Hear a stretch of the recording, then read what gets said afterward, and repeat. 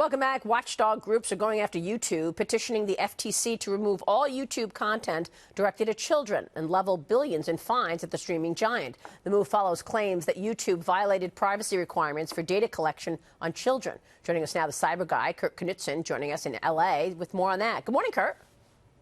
Hey, Maria, good morning to you. $42,530 per violation is what they're after from Facebook in this one. I'm sorry, not Facebook, but YouTube. Alphabet under fire here, not only from these two groups, but Senator Ed Markey firing off a letter to the FTC, mainly getting a head start on what is expected to be results of an investigation on YouTube that they are indeed capturing data for children that are 13 or under 13 years, which is what COPA, or the Children's Online Protection Privacy Act, says they cannot do. These advocacy groups, though, Maria, are saying that they hold now 25 million records of children inside the Google database. YouTube and Google, obviously, parent companies and children companies of Alphabet.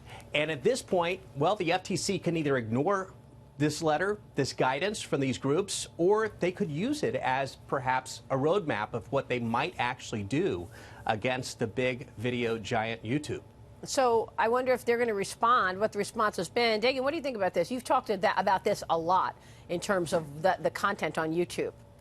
I think that there's a great deal more that all of these social media companies and these online content purveyors can do to really police the bad actors and not avoid getting in the way of free speech.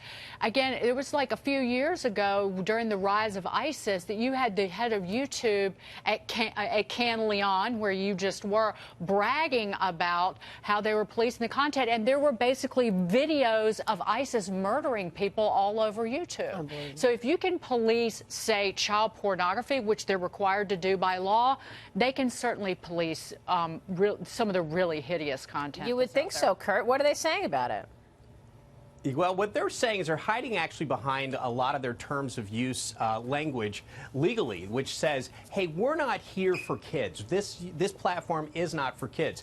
However, if you look at particular channels of information on YouTube, such as toy review blogs that are, up to 18 million followers inside of YouTube on some of these channels, well, I mean, how is that not for kids? Yeah. So at this point, I think they've got a tough argument, and they've got the court of public opinion coming up against them, for sure, and the FTC about to do something about it. Kurt, thank you. We'll be watching. Kurt Knutsson joining us there.